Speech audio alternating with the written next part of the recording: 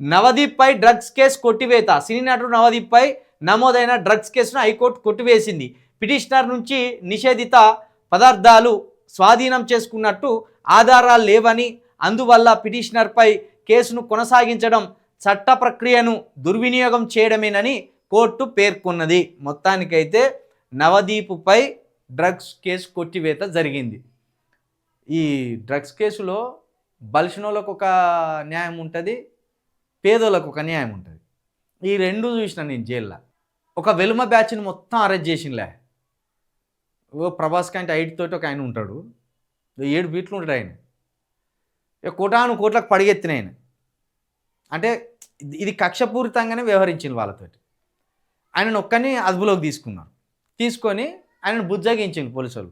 ఎంతమంది తాగుతారు మీరు ఈ డ్రగ్స్, ఈ గంజా ఎంతమంది తీసుకుంటారు అంటే టీమే చెప్పింది. ఒక 10 మందిని తీసుకొచ్చి జైలు వేసింది. ఈ 10 మంది జైల్లో పడితే వీళ్ళకి వారం రోజులలోనే బెయిల్ వచ్చింది.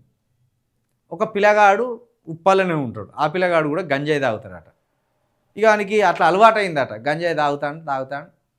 వాని దగ్గర దొరికింది ఓ 2 గ్రాములు 3 గ్రాములు గంజాయి దొరికింది. వాడిని ఏం చేసిందంటే ఓ ఫ్లైఓవర్ ఎక్కించిందట, నారాయణగూడ ఫ్లైఓవర్ ఎక్కించి వాని దగ్గర 5 కిలోల గంజాయి దొరికినట్టు ఈ పోలీసులు సృష్టించి ఏం చేసిండ్రు, వాడిని జైలు వేసిండు.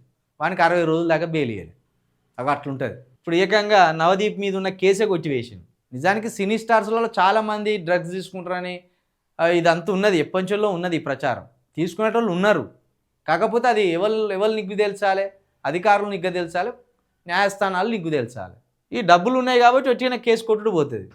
ఒక పిల్లగాడు తెలియని వయసులో గంజాయికి అలవాటైండు.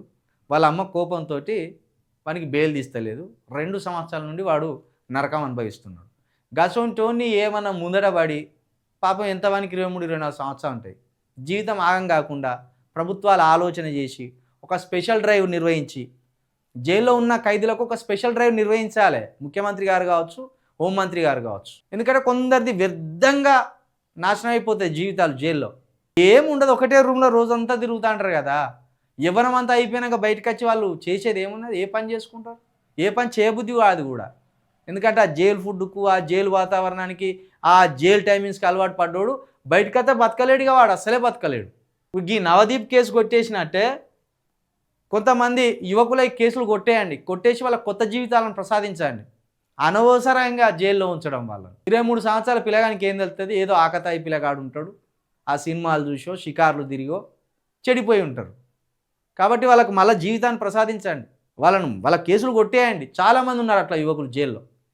అంతా 30 సంవత్సరాల యువకులే ఉన్నారు గంజాయి బారిన పడ్డోరు. జైళ్ళ మీద ఒక స్పెషల్ డ్రైవ్ నిర్వహించి పాపం అసొంటోళ్ళకు అవకాశం ఇవ్వండి, మళ్ళీ బతికే అవకాశం.